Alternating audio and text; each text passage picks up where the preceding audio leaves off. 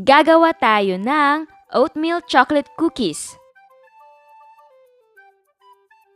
Ito ang ating mga sangkap. Meron tayong instant oatmeal, all-purpose flour, brown sugar, baking soda, salt, vanilla essence, egg, unsalted butter or margarine, semi-sweet chocolate, at optional naman ang chocolate chips. Gagawin natin pang toppings. Pero kung wala, pwedeng gumamit ng chocolate chunks. Ang unang gagawin natin, i-combine natin ang brown sugar and softened butter. I-mix lang natin until maging light in color and fluffy.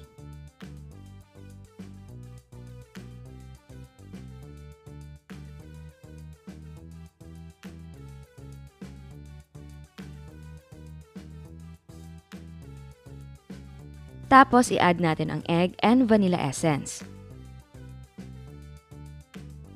And then mix well.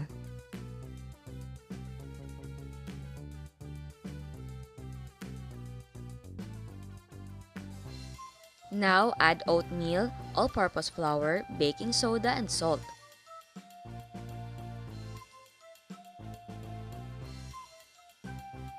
I-mix natin until well combined.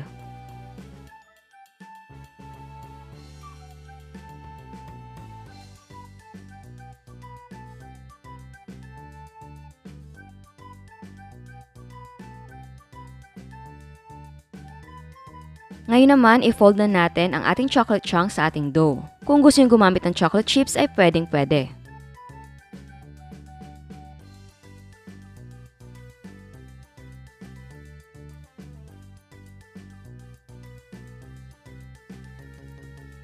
Now, mag-scoop out tayo ng 1/8 cup ng cookie dough at i-form natin into a ball.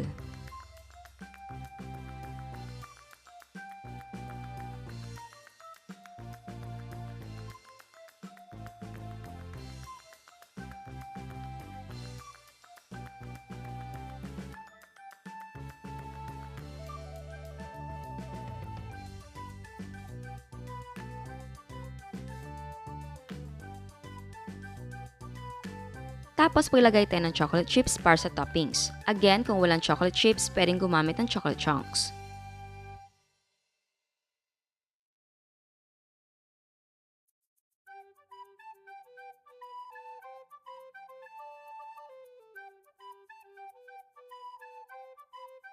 So, ayan, ready nang lutuin. So, mag-lightly grease na muna tayo ng pan. Ang gamit ko lang ay cooking oil.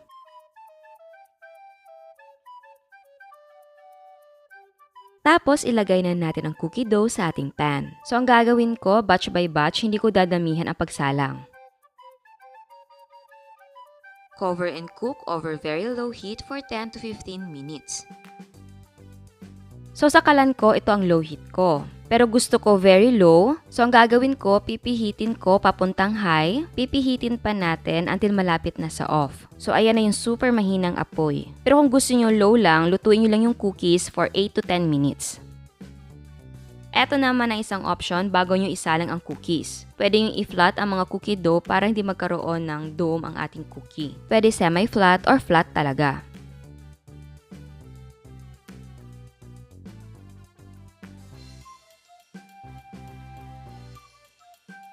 So, after 10 or 15 minutes, luto na ang ating mga cookies. Sa pagtanggal, dahan-dahan lang dahil malambot pa ang ating mga cookies. Ganyan yan basta bagong luto.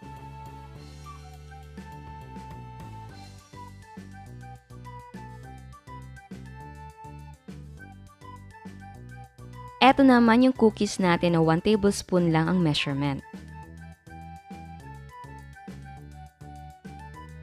And then cool completely.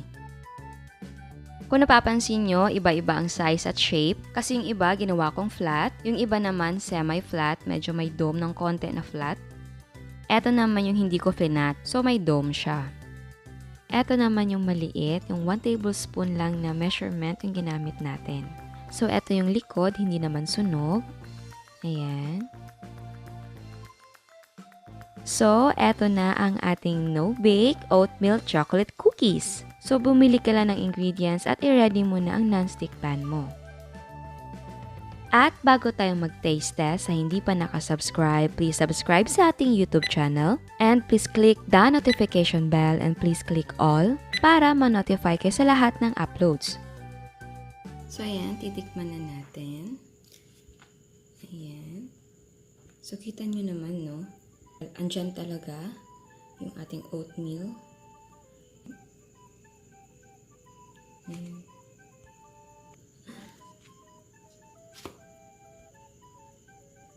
Ayan, manatan.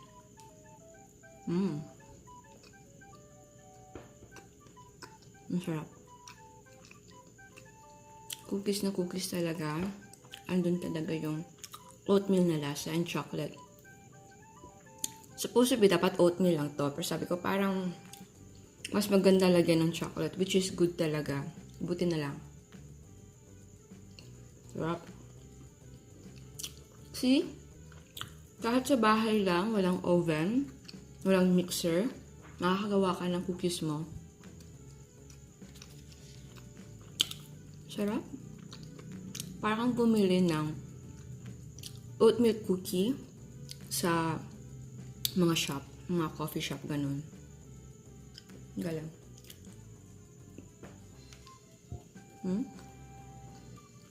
Pwede pang baon ng bata, snack, or kung meron kayong gathering sa bahay. Kahit party, pwede to. Pang gift. Pang regalo, no? Giveaway sa party. Ayan. Sarap. Masarap lang pa may gatas. Or soft drinks. Weird. Nagustuhan ko talaga siya. Ito na lang kukunin ko yung maliit kasi baka hindi ko na kayang ubusin yung isang whole. Ayoko rin siyang kunan kasi pamimigay natin yan. So, ito maliit. Okay naman, di ba yung maliit? Mas maganda din to kapag ano lang, gusto mo na marami tapos maliliit. Tingnan mo.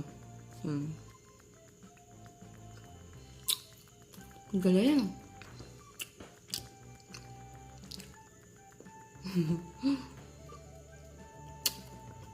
Every time na taste test tayo, nag-guilty talaga ako. Sorry, diet. Kaya, kaya gustuhan nyo. Ciao! At eto ang mga prices ng ating mga sangkap. Ang nagawa natin ay 28 pieces. Ang cost per yield ay 5 pesos and 68 cents. Pwede mo ibenta ng 10 pesos ang isang piraso. Again, ang selling price ay magdidepende kung magkano ang presyo ng sangkap sa inyo. At bago ako magpaalam, may another dose of inspiration. Eto ang ground float ni Miss Jasmine.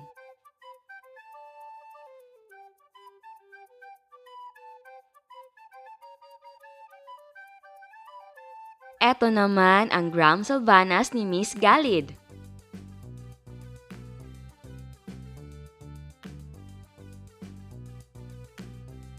At eto ang homemade Tapioca Pearls ni Miss Quincy.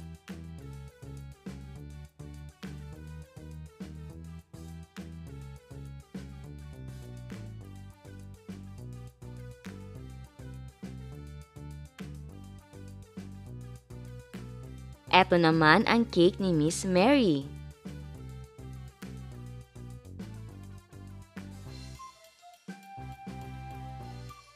At meron siyang kutsinta and puto flan. Again, I want to say thank you sa lahat na nagpapadala ng mga photos. Hindi ko pa na-check yung iba but please PM nyo lang lahat ng mga photos na ginawa ninyo at para ma-share ko, para maging inspirasyon sa iba, para mabigyan sila ng confidence, lakas ng loob to try kasi yung iba takot pa eh. Takot pang sumubok kasi common fear baka pumalpak, baka hindi maganda yung result. Pero ganun naman talaga yun eh. There's always a first time. Pero diba, malay mo, first time mo, perfect. Kaya sa mga hindi pa nakasubscribe, please subscribe sa ating YouTube channel and please click the notification bell and please click all para ma-notify kayo sa lahat ng uploads. And please don't forget to like our Facebook page and follow us on Instagram. Thank you!